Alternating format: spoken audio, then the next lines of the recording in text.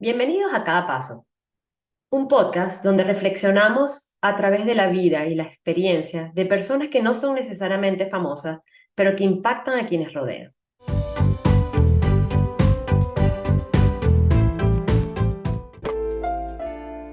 Hola a todos, hoy tengo un invitado que para mí es muy especial por todo lo que él ha hecho por Venezuela y por los niños venezolanos.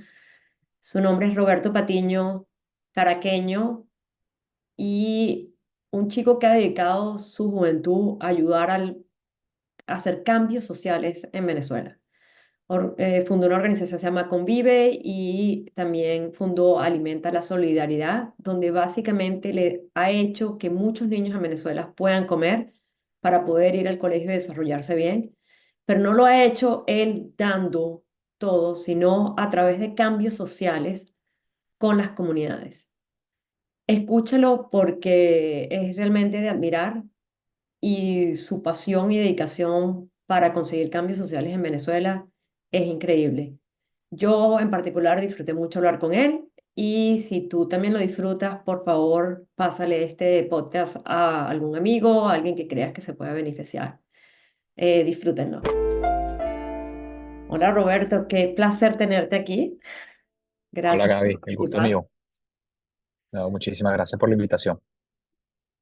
Mira, Roberto, a mí me gusta empezar primero con mi invitado dando una pequeña descripción de quiénes son. Si puedes Ujú. decir quién eres tú en unos 2 minutos y tú decides Sí, cómo te quieres presentar. claro. Mi nombre es Roberto Patiño. Nací y crecí en Caracas, Venezuela. Me he dedicado, soy ingeniero de formación, ingeniero de producción de la Universidad Simón Bolívar, eh, y me he dedicado los últimos eh, 17 años de mi vida a la lucha por la democracia y también al emprendimiento social. Fundé dos ONGs que tienen presencia tanto en Caracas como en distintas partes de Venezuela. Una se llama Mi Convive y la otra se llama Alimenta la Solidaridad. Ujú. Ambas tienen en común que buscan fortalecer liderazgos de base, liderazgos comunitarios para transformar la realidad, pero cada una tiene un foco diferente. Con Mi Convive trabajamos en lo que significa la prevención de la violencia, mucho trabajo con jóvenes, con víctimas, y con Alimenta la Solidaridad, una respuesta a la emergencia humanitaria, en particular enfocada en la nutrición y la seguridad alimentaria de los niños. En el ámbito político, bueno, he hecho mucho trabajo eh, vinculado a las elecciones, vinculado también a la negociación que ha habido en los procesos de Barbados y también he estado impulsando en todos los espacios que he podido que tengamos un cambio en Venezuela. ¿Qué otras cosas puedo decir de mí? Estoy casado, y estoy esperando a mi primera hija. eh, y bueno, ese soy yo. Yo, la verdad que conocía era solamente alimentar la solidaridad y te iba a Sí. preguntar sobre eso, o sea, cuéntanos un poquitico qué es, cómo es esto. Fíjate, Alimenta la Solidaridad es una iniciativa que nace en el año 2016. Yo acababa de regresar de Boston, justamente había hecho mi maestría de políticas públicas allá en la Kennedy y decidí volver para seguir luchando por el cambio y trayendo muchas de las cosas que aprendí en materia de liderazgo adaptativo y en otras clases que para mí fueron muy importantes al terreno en Venezuela. Y desde mi punto de vista, el principal problema estructural que tiene Venezuela es la desigualdad. La desigualdad que parte de que sectores muy importantes de la población han sido excluidos tradicionalmente. Y bueno, eso ha ido generando la conflictividad y el caldo de cultivo para que Chávez y todo lo que ha sido ese movimiento populista haya destruido las instituciones y con eso todo lo que significa la posibilidad de tener una buena vida en Venezuela, ¿no? Una vida honesta, de trabajo, etcétera. Entonces, yo regreso en el 2015 a Venezuela a fortalecer el trabajo de Mi Convive, realmente, el trabajo de prevención de violencia. Pero mientras estábamos haciendo actividades en los sectores populares, cada vez más me empecé a encontrar niños pidiéndome comida. Mm, Y para mí eso fue muy impactante, porque en ese año 2016 me hice tío por primera vez. Mi hermana tuvo su primer bebé. Se llama Ricardo, yo soy su padrino y estaba muy sensibilizado con al ver unos niños que no tenían comida, era algo que me rompía el corazón. Pues imaginarme a mi sobrino en esa situación, porque además no hay nada más injusto en una sociedad que una niña o un niño que no come bien.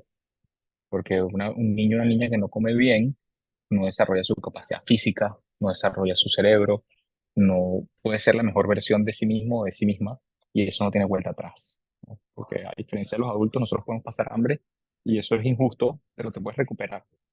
Un niño está en una etapa de desarrollo que si no tiene la energía necesaria en ese momento, esos son daños permanentes, ¿no? Entonces, al encontrarme con esa realidad, me empecé a sentir llamado a hacer algo al respecto. Y decidí desarrollar esta iniciativa de Alimenta basada un poco en los mismos conceptos de Convive. La lógica de que la gente con el problema tiene que ser también parte de la solución. No plantear relaciones clientelares ni relaciones de dependencia. Mm.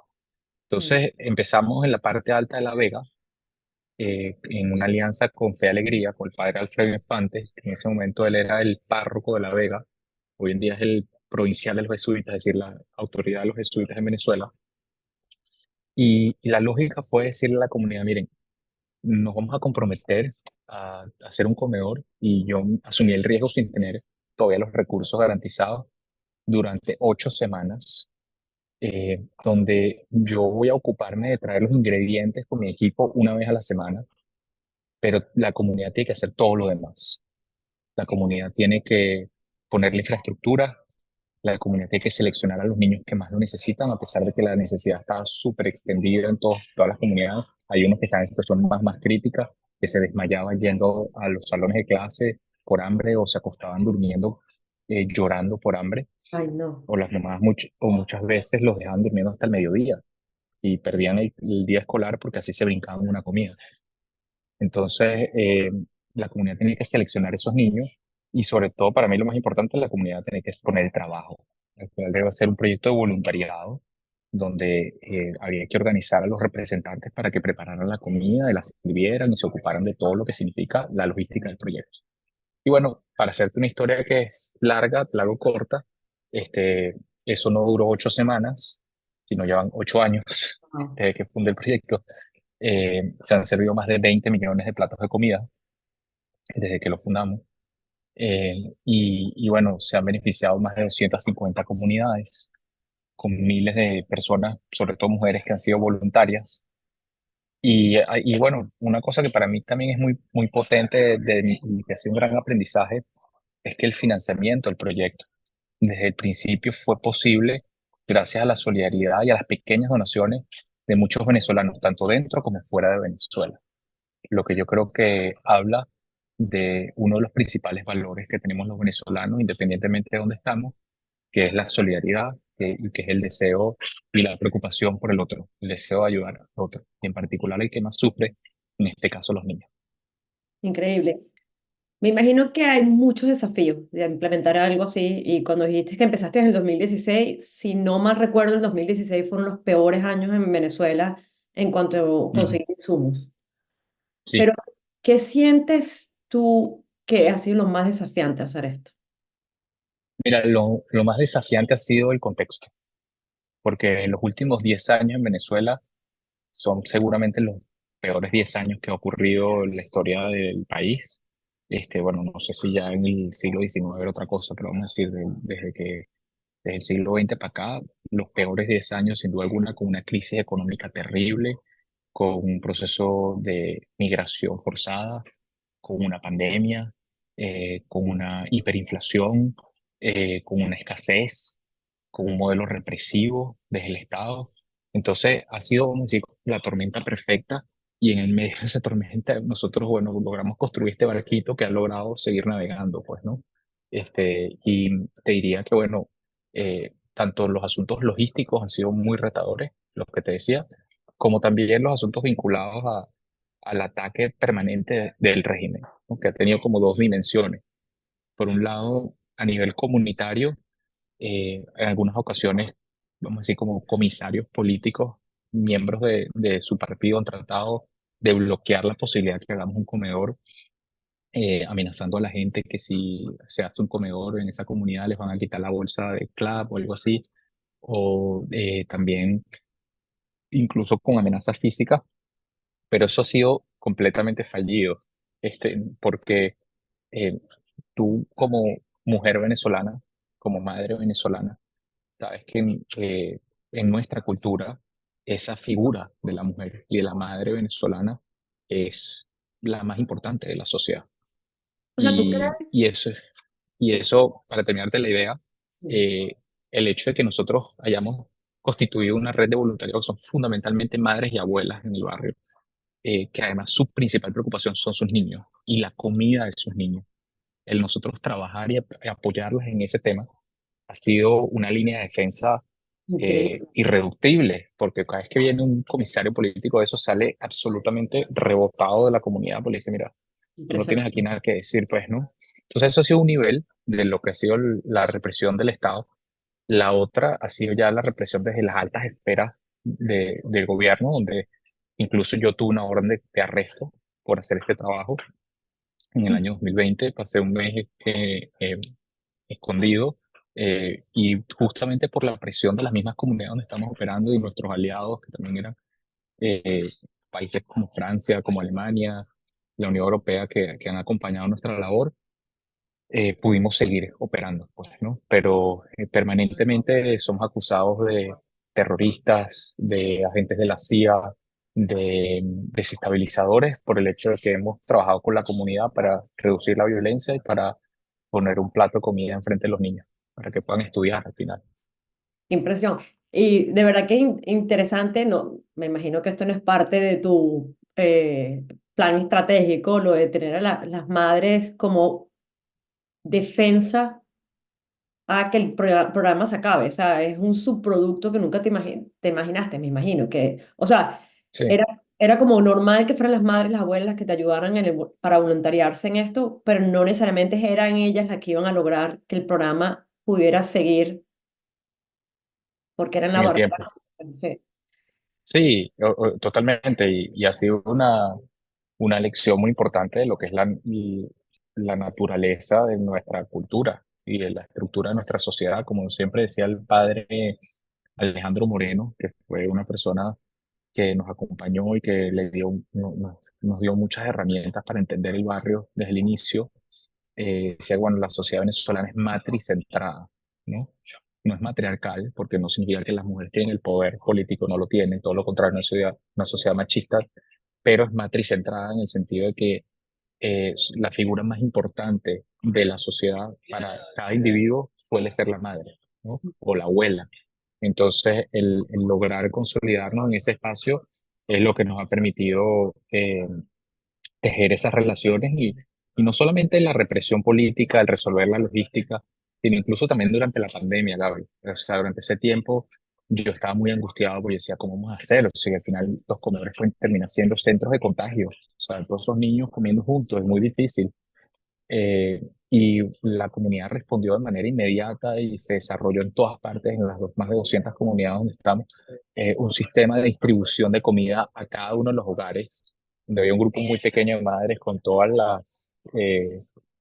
cuidado de bioseguridad preparando la comida y luego salían a repartirla a cada uno de los niños que la necesitaban. Y aún durante la pandemia y durante todo el tema de la cuarentena, el programa siguió funcionando. ¿Y qué te hace seguir a ti? O sea, digamos, obviamente es un programa impresionante, puedo entender por qué sigues, pero cansa, puede cansar a nivel de, o sea, la Sí. represión contra ti, contra tu familia. Ujú. ¿Cómo haces para levantarte un día y decir, sabes que no lo voy a entregar, voy a continuar en esto? Sí, bueno, fíjate, te puedo contar yo que en el año justamente 2021, que fue un año muy difícil para mí. Primero terminé el año con el tema de la orden de captura, como te contaba.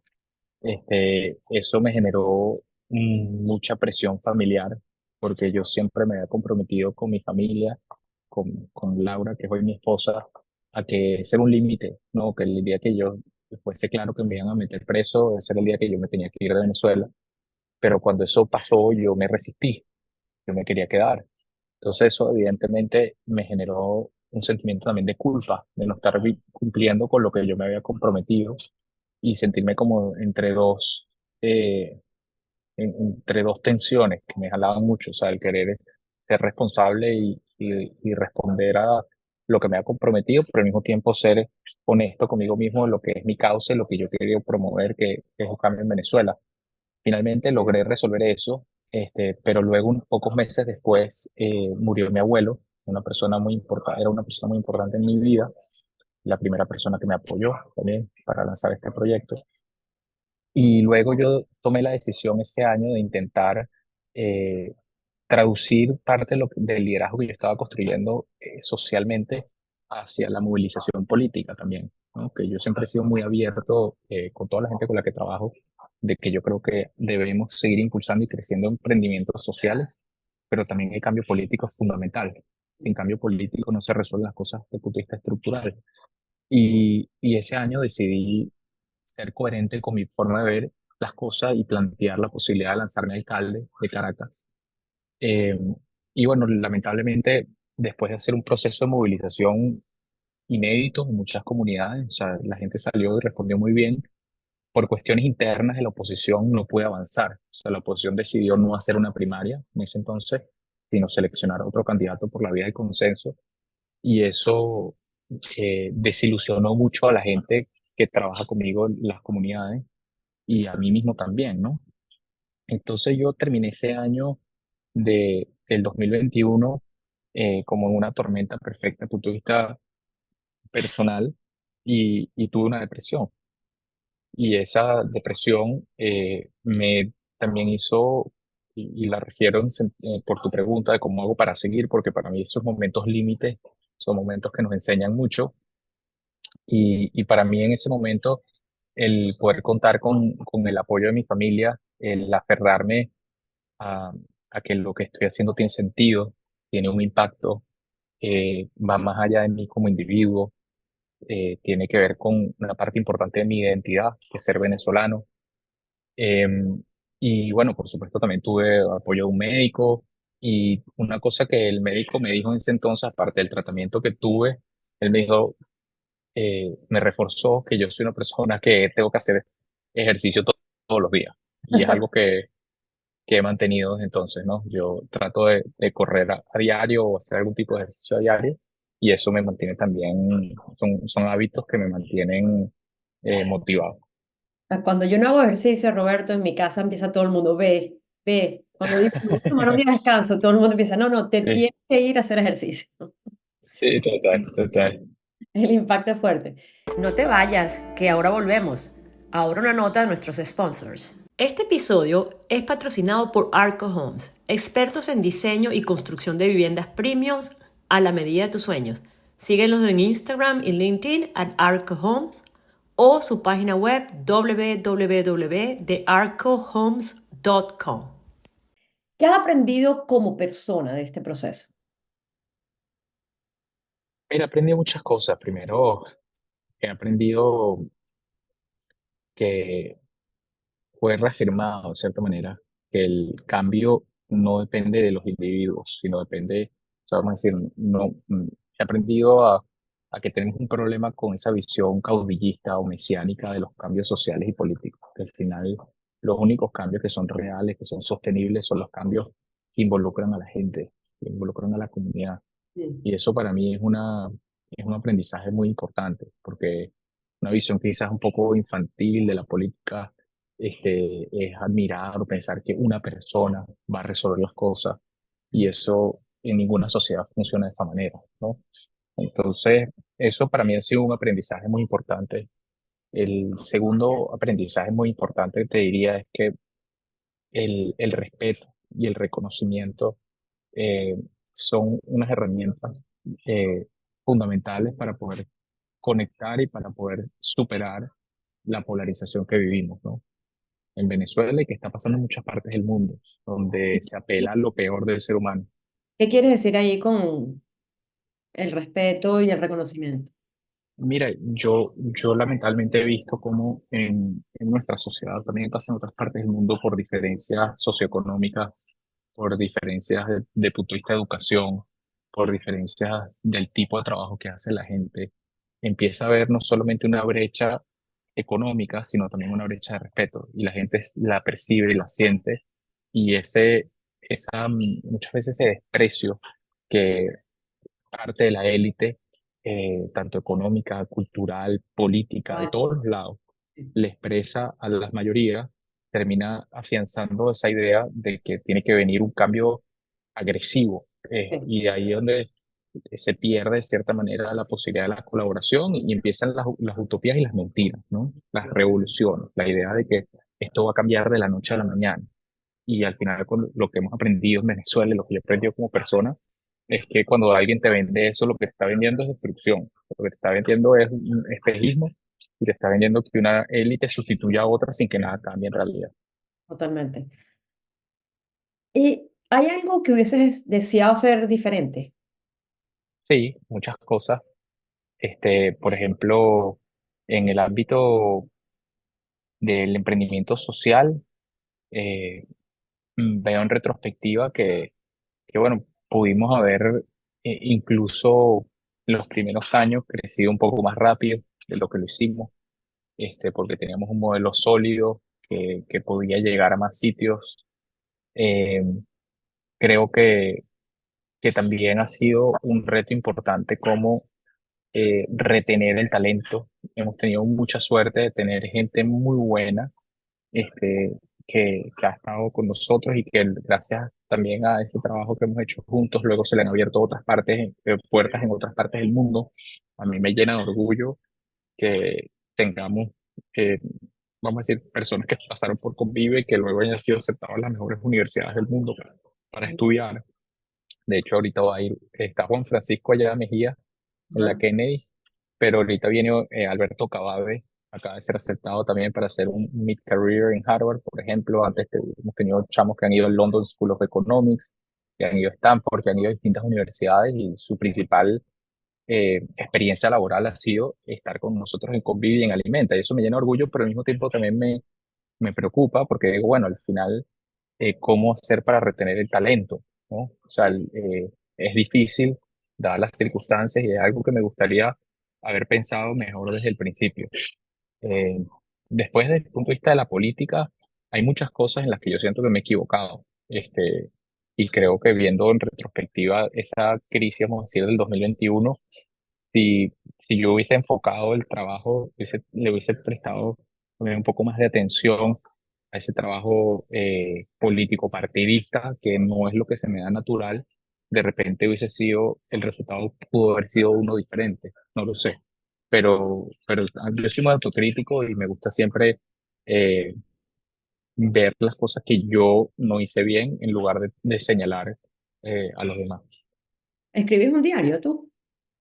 No, no escribo un diario. Es una herramienta súper útil, sobre todo si te gusta mucho Pero reflexionar. sí, lo que sí estoy escribiendo es un libro Ah, ahorita. muy bien. Estoy recogiendo, sí, estoy escribiendo un libro de lo que ha sido justamente nuestros aprendizajes estos últimos 10 años de trabajo Eh, con la gente. Me encantaría leerlo. Sí, te lo haré llegar. ¿Qué has aprendido en los últimos años, aparte del ejercicio, que te hace tener más momentos de felicidad? Y yo creo que hay una palabra en inglés que creo que refleja más lo que quiero preguntar, que es joy, Mm, en vez de happiness, ujú. porque happiness es como un concepto un poquito más. ¿Qué haces para poder tener más momentos no sé, de felicidad? Mira, yo disfruto mis momentos de disfrute, quizás pudiera ser Sí. una palabra que lo refleje. Disfruto mucho estar en la naturaleza. Me Ujú. encanta ir a un parque, subir la montaña, la playa. Disfruto mucho conocer gente. Me gusta, soy curioso y me gusta escuchar gente que ha tenido experiencias diferentes a la mía, que tengan otras culturas. Disfruto mucho estar con mis amigos, con mi familia. En ese sentido, creo que son las cosas que me llenan de mayor felicidad y satisfacción. Hay bueno, yo soy un poquito sarcástica con esto, pero Ajá. hay un profesor en Harvard que escribió un libro, hizo una investigación de no sé cuántos años y lo que concluye es que lo que hace feliz a la gente es tener compañía, gente alrededor.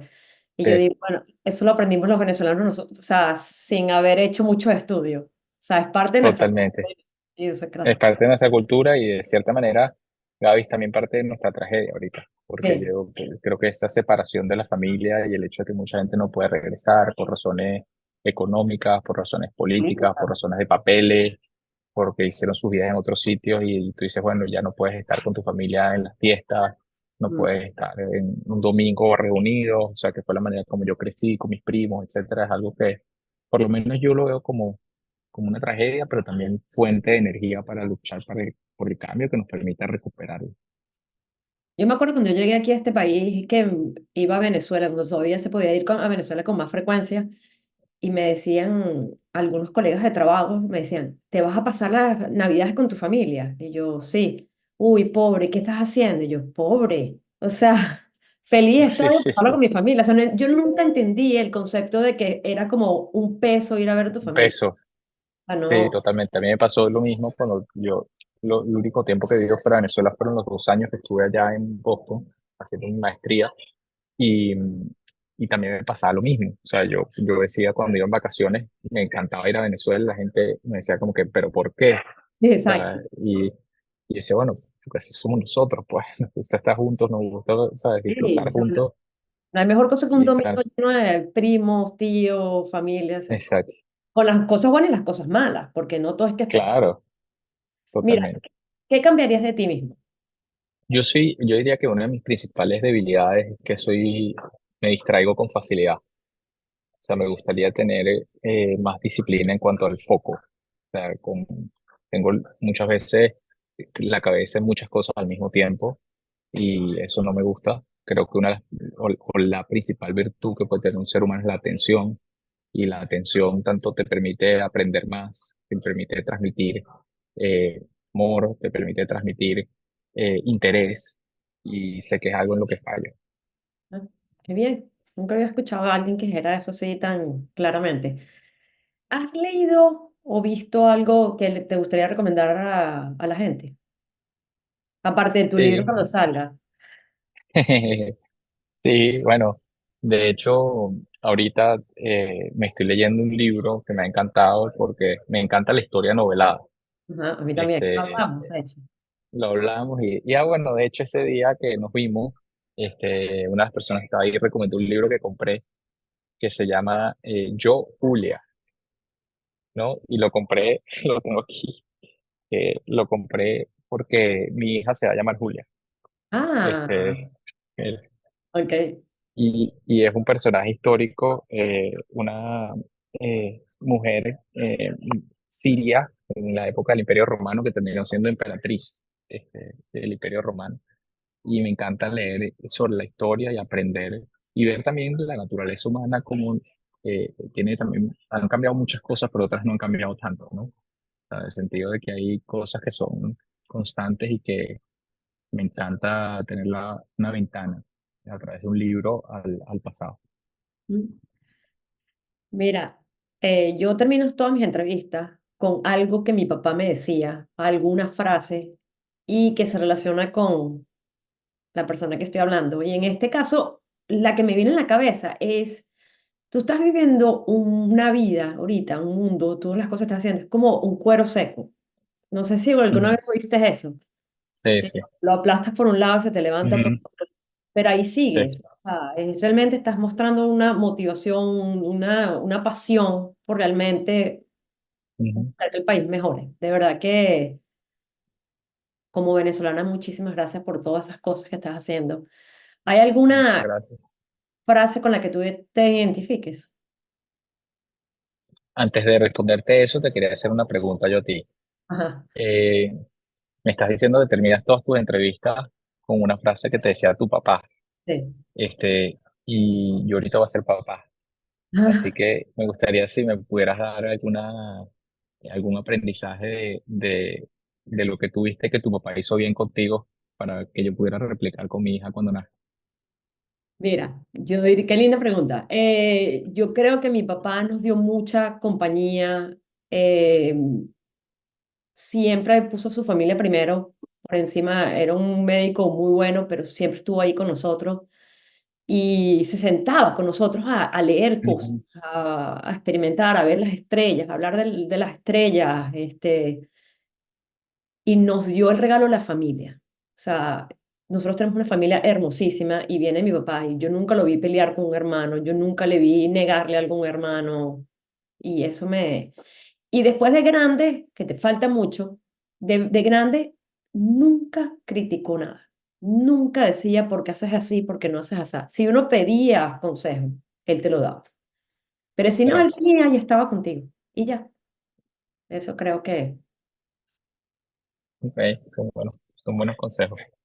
Y me decías que una frase, se me ocurrió ahorita mientras te escuchaba, eh, una frase que me contó mi suegra que le decía su papá a ella, o sea, el abuelo de mi esposa, que bueno, murió hace muchos años y bueno, nunca tuve la oportunidad de conocerlo, pero que me gusta la frase, que decía, trocar la adversidad en ventaja, explícame. trocar, Ajá. trocar la adversidad en ventaja, es decir, cuando tengas una adversidad, más bien busca la oportunidad.